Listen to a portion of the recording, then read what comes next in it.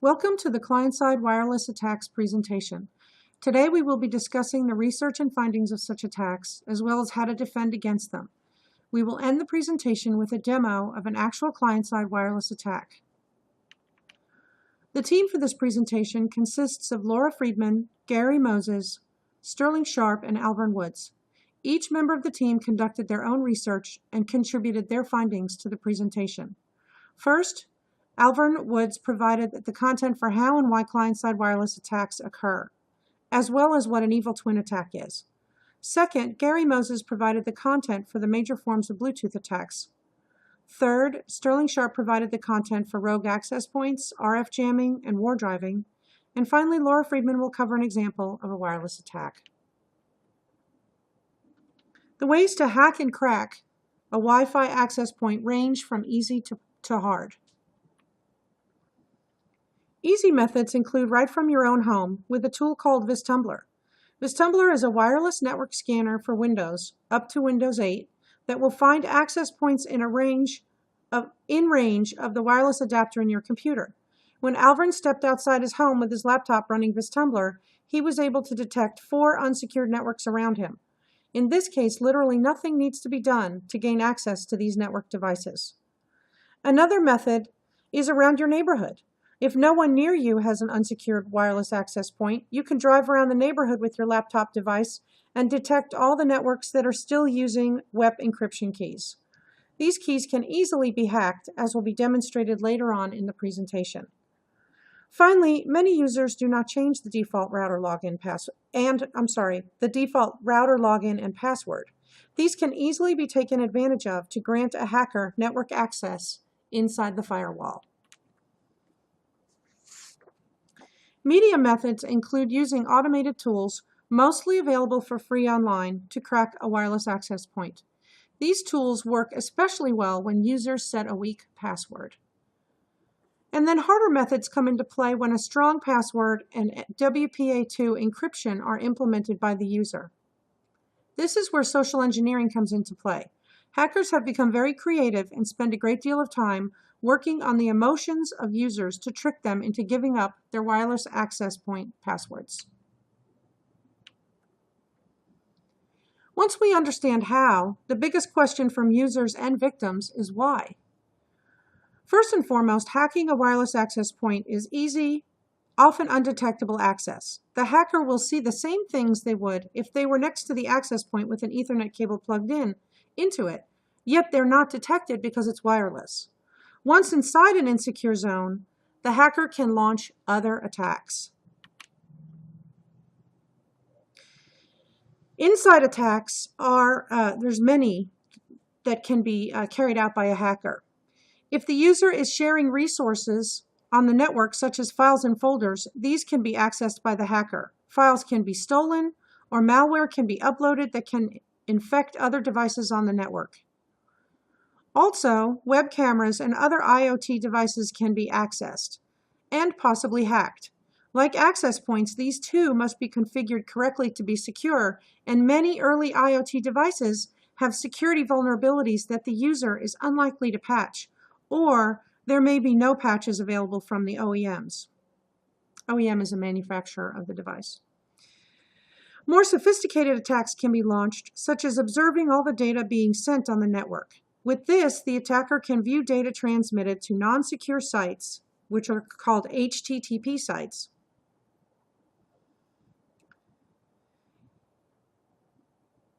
And they can see the IP addresses you connect to, even if they are secure HTTPS sites. And even when you're on an HTTPS site, the hacker can glean information, because they're already inside the network, from the size of the data that is being transmitted, such as determining search terms by comparing the data transmission to known instant results on popular search engines. Typically, these attacks, where they're monitoring, are designed for capturing information that can be used to the hacker's advantage, such as credit card information, login credentials, and even information that could be used to blackmail the target.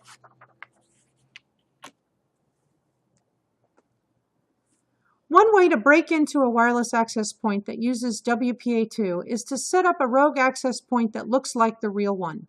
This is known as an evil twin. The user then connects to the evil twin, which captures the client's handshake. The handshake is run through a cracking program to recover the WPA2 pre-shared key, which can be highly successful since many users have short and/or simple passwords. Another technique is to use a phishing attack to get the user to unwittingly disclose the Wi-Fi password.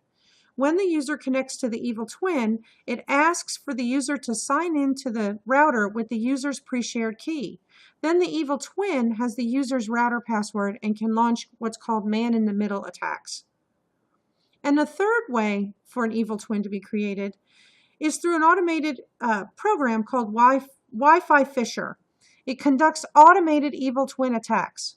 First, Wi-Fi Fisher jams the access point by forging disassociate packets to disrupt existing connections. Second, Wi-Fi Fisher sniffs the area to create a rogue access point that looks like the real one. The victim then joins the rogue access point. And third, Wi-Fi Fisher feeds the victim realistic-looking but fake web pages that ask for logins and passwords and serve malware. Moving on to Bluetooth attacks, the three main ways for unauthorized access of information through a Bluetooth connection are bluejacking, blue snarfing, and blue bugging. With bluejacking, of the three, bluejacking is the least damaging. When a hacker is bluejacking a victim, he will temporarily pair with his victim and view what is on that person's mobile device. This is done with the intent of sending the victim unsolicited advertisements through email or text messaging. Blue snarfing is when the hacker will first pair with the victim's device and then begin to copy or download the victim's content from their mobile device. Things such as their contact, their calendar, and other vital information are downloaded. The intent here is identity theft, and it's much more damaging.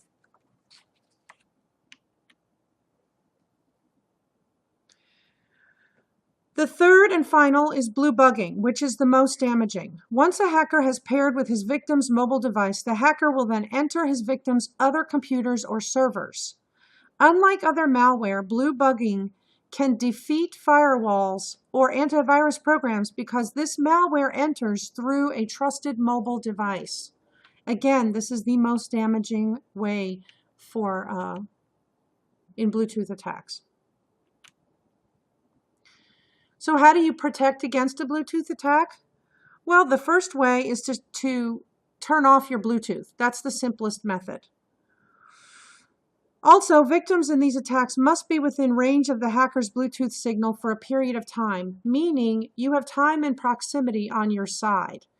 So hackers need both time and local proximity to the device in order to carry out Bluetooth hacking. So it's really advisable for you to be aware of who's around you and what's around you. If you feel uncomfortable, turn off your Bluetooth and move somewhere else. And then finally, if you notice unusual activity on your mobile device, move to a new location or power down your device.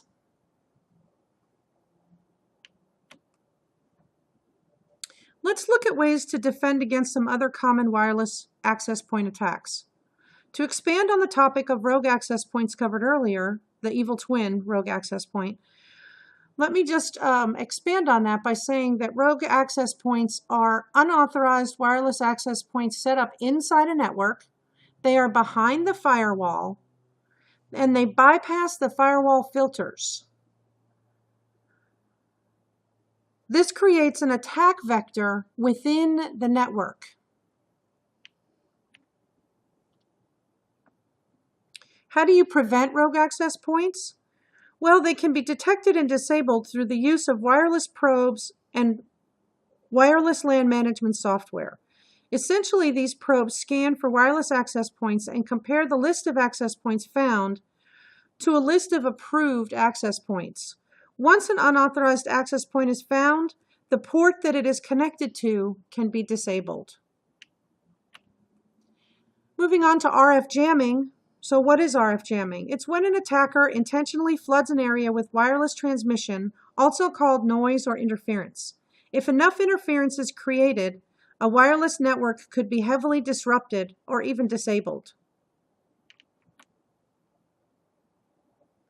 RF jamming can typically be countered easily, as a powerful transmitter must be placed within close proximity of the wireless network devices, which means finding the offending transmitter is generally simple. It also requires expensive and sophisticated equipment to execute this attack, which results in the attack being uncommon. And finally, war driving. What is it? War driving is when someone searches for wireless signals, either in a vehicle or on foot. They can then document and advertise those wireless networks so that others may use it. This method could also be used to find vulnerable networks which haven't been secured properly. If an attacker were to access such networks, they could sniff traffic on the network, potentially leading to the disruption or loss of valuable information. They could also use the network as a new attack vector, either to attack assets on the local network or assets on the internet.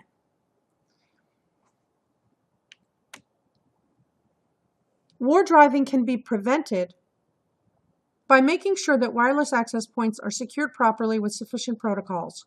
This includes using WPA2 instead of WPA or WEP. A secure password should be created in conjunction with good encryption for the network. Another way is for the username and password for the devices to be changed from their default. And finally, you can hide the SSD of the network if desired. Moving on to the client-side wireless attack demo, we are pulling it from a previous presentation where we had an example of hacking into a wireless access point.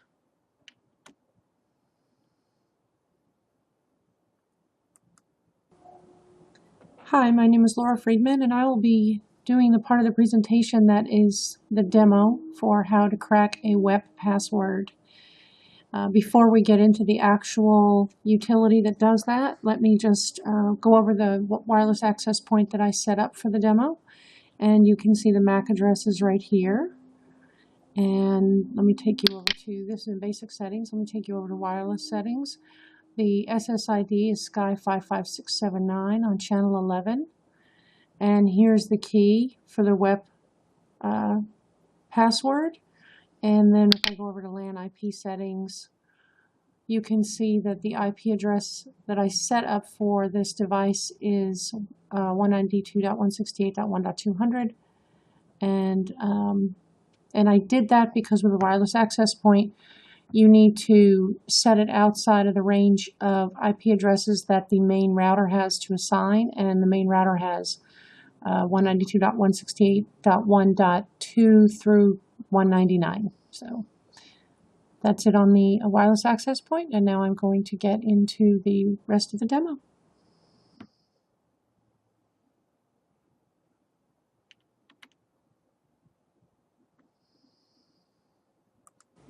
In this video, I'm going to show you how to crack a Wi-Fi password. So you go over here to Wireless Password Cracker 2.5, and it's looking for the BSS ID of the target access point.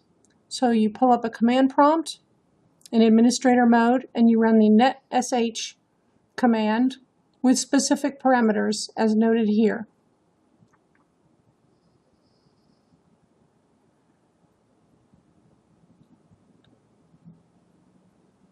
Then you'll get a list of SSIDs in the area, and we're going to focus in on Sky55679, which has a web encryption. So here you can see that's the MAC address, and we will pull that MAC address, that's the BSS ID. We will pull that, copy it, and paste it into this field. Once we paste it into the field, then we set the channel. And as we can see, the channel is the same, so we don't have to change anything. And then we want to lock the target. So now it's going to go after some information on the access point. It's going to scan for the access point first. And then it's going to pull. It locks in on channel 11, and it's looking for the ARP packet, which is the Address Resolution Protocol packet. That is the protocol for mapping the IP address to the physical machine address. It says it's found. We want to use that for injection. And now it's going out and collecting all of the initialization vectors.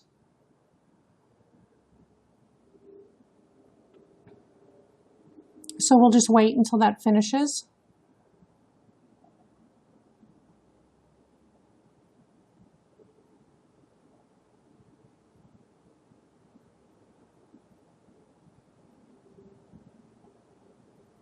And we're almost there. It's still collecting the data. Now we're just going to say, go ahead while it's still collecting them. We're going to say, go ahead and attempt the crack. We want to use brute force. And you have a choice between two brute force methods. We're going to use the PTW method and run a brute force attack.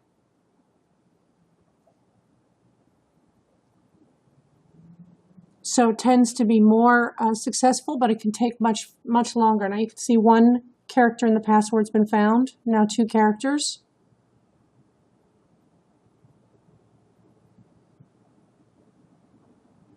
Now 3 characters. Not enough, so it's going to ask if you want to collect more. It's going to go ahead and collect more IVs, more initialization vectors. So we go ahead and collect those. And we're going to try with 50,722. We're going to continue the brute force attack. It's found 4 characters. Remember, please, you only use this on your own network. This is to show how easy it is to crack a web password. Five characters have been found in the password. This is something you don't want to do to someone else's machine. It's illegal. However, this demo is to show you why no one should be using web security, WEP. Found 6 characters.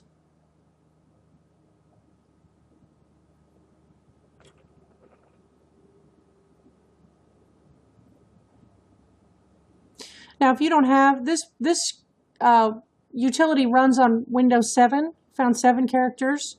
This utility runs on Windows 7. If you don't have Windows 7, you can download VirtualBox and install Windows 7 in a as a virtual image and run it under Windows 7.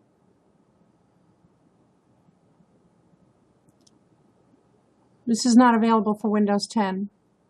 Found 8 characters of the password. Now there's lots of utilities you can run in Linux and Unix and Kali Unix, but I wanted to find a utility that was in Windows. In fact, Kali Unix has a whole plethora of wireless password cracking utilities available. It's part of the installation. Found 9 characters.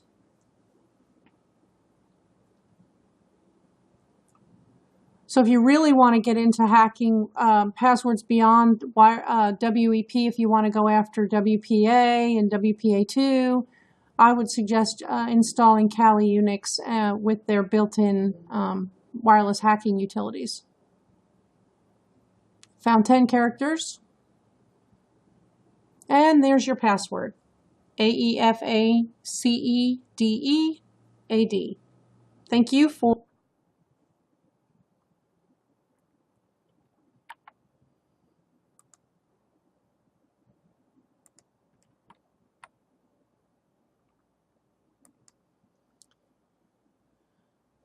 And thank you for sitting through our presentation on client-side wireless attacks.